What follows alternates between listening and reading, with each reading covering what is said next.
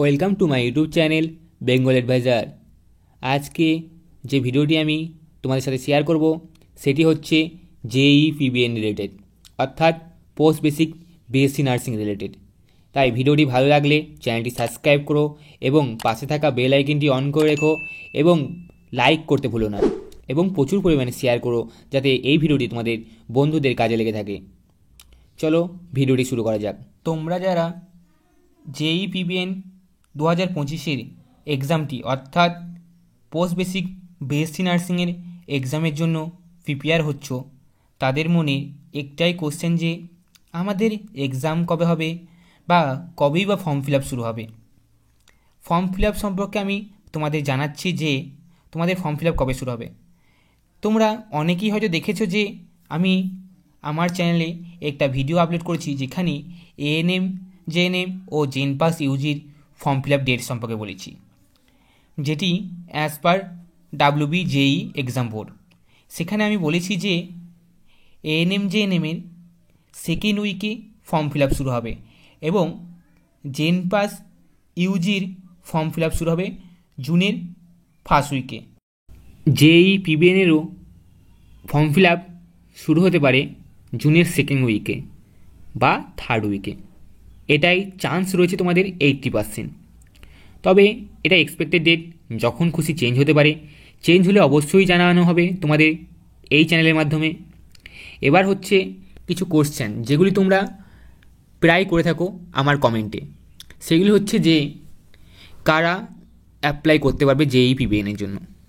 আমি ফ্রেশার্স, তাহলে কি আমি অ্যাপ্লাই করতে পারবো? হ্যাঁ, তুমি ফ্রেশার্স হলেও অ্যাপ্লাই করতে পারবে। তোমরা হয়তো অনেকেই জানো যে আগে আমাদের জেই পিবিএনের এক্সামের জন্য 1 ইয়ার এক্সপিরিয়েন্স লাগতো, কিন্তু সেটা আগের বছর থেকে উঠে গেছে। এখন কোনো এক্সপিরিয়েন্স লাগে না, ফ্রেশার্সরাও অ্যাপ্লাই করতে পারবে। এবার হচ্ছে যে আমি WBNC-তে তো পড়িনি জেএনএমটা, তাহলে আমি কি অ্যাপ্লাই করতে পারবো? হ্যাঁ, তুমিও অ্যাপ্লাই করতে পারবে।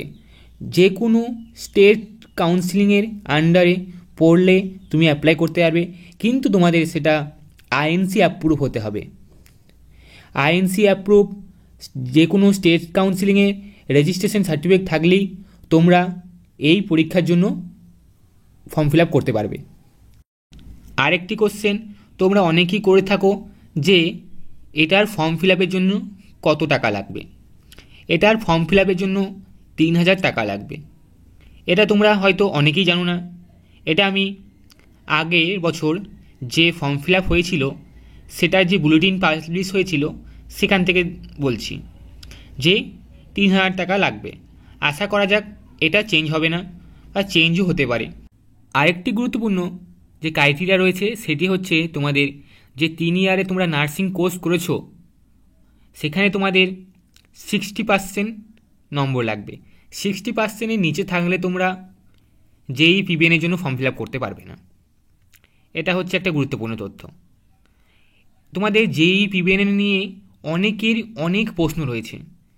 কিছু প্রশ্ন আমি এই ভিডিওর মাধ্যমে সলভ করার চেষ্টা করলাম।